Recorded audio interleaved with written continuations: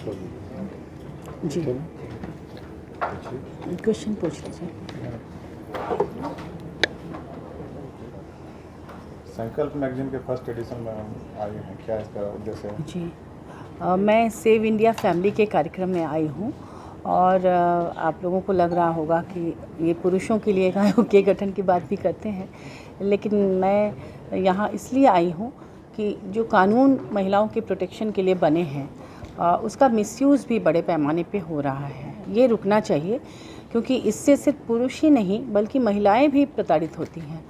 अगर कोई बहू अपने पति के खिलाफ़ झूठे केस दायर करती है तो निश्चित रूप से वो उनके साथ साथ उनके परिवार के जो महिला सदस्य हैं, उनकी माँ, उनकी बहन, उनकी भाभी या और भी कई बार तो 90-95 साल की बूढ़ी दादी तक पर केस होते हैं जो झूठे होते हैं प्रताड़ना के। तो महिला आयोग में रहने के दौरान भी और अभी तक मैं लगातार देख रही हूँ कि कानून की वास्तव में जिन्हें ज़रूरत है वो उसकी मदद नहीं ले पाती या उन तक नहीं पहुंच पाती, और कुछ चालाक टाइप के लोग अपने स्वार्थ सिद्धि के लिए भी कई बार इस कानून का मिसयूज़ करते हैं। तो उन्हें रोका जाना बहुत ज़रूरी है।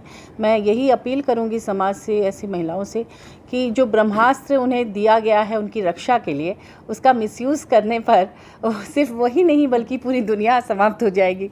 तो इसके चलते उसका मिसयूज़ ना करें, और आप कहीं ना कहीं से पुरुषों को ही नहीं बल्कि उनके साथ साथ उनके परिवार के महिला सदस्यों को भी प्रताड़ित कर रही हैं। इससे बचना चाहिए, क्योंकि जब मैं जेल इंस्पेक्शन करने जाती थी महिला सेल में, मैं देखती थी कि बहुत सारी निर्दोष महिलाएं वहाँ सड़ रही हैं जिनका कोई गलती नहीं था। कोई ननद जो अपने ससुराल में रहती थी, कोई अमेरिका में थी, कोई दिल्ली में थी, और रांची का अगर केस है तो वो उस पर भी केस ठोक देती थी, और वो अपने छोटे बच्चों को लेकर कई बार तो प्रेग्नेंट हालत में वो जेल चली गई और उसके बाद अभी तक वो जेल में ही है बच्चों के साथ। तो ये बहुत दुखद स्थिति है, और अभी बल्कि ये कानून आया है उनके प्रोटेक्शन के लिए कि तुरंत केस दर्ज करने के बाद तुरंत वो अरेस्ट नहीं किया जाता है बाकी सदस्यों को जब तक कि जांच ना हो जाए।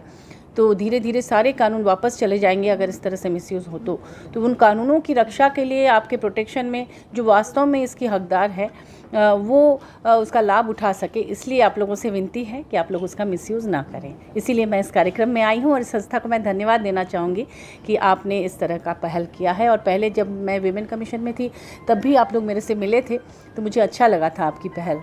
मैडम, क्या वाकई में मानते हैं कि जो मेट्रोपॉलिटन्स में हम लोग देखा करते हैं दिल्ली वगैरह शहरों में जी कि इस तरह की बातें आती हैं, लेकिन छोटे शहरों में भी ये जो कुप्रवृत्ति है वो घर कर गई है? क्या वाकई महिलाएं अपने पुरुषों को प्रताड़ित करती ही हैं?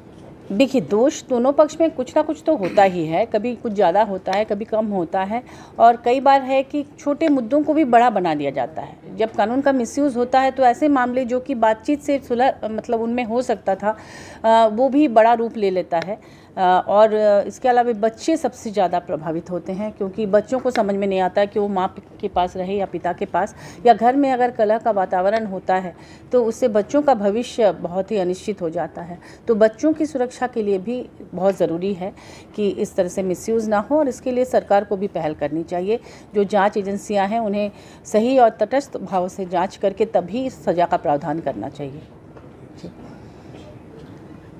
ठीक है, थैंक यू।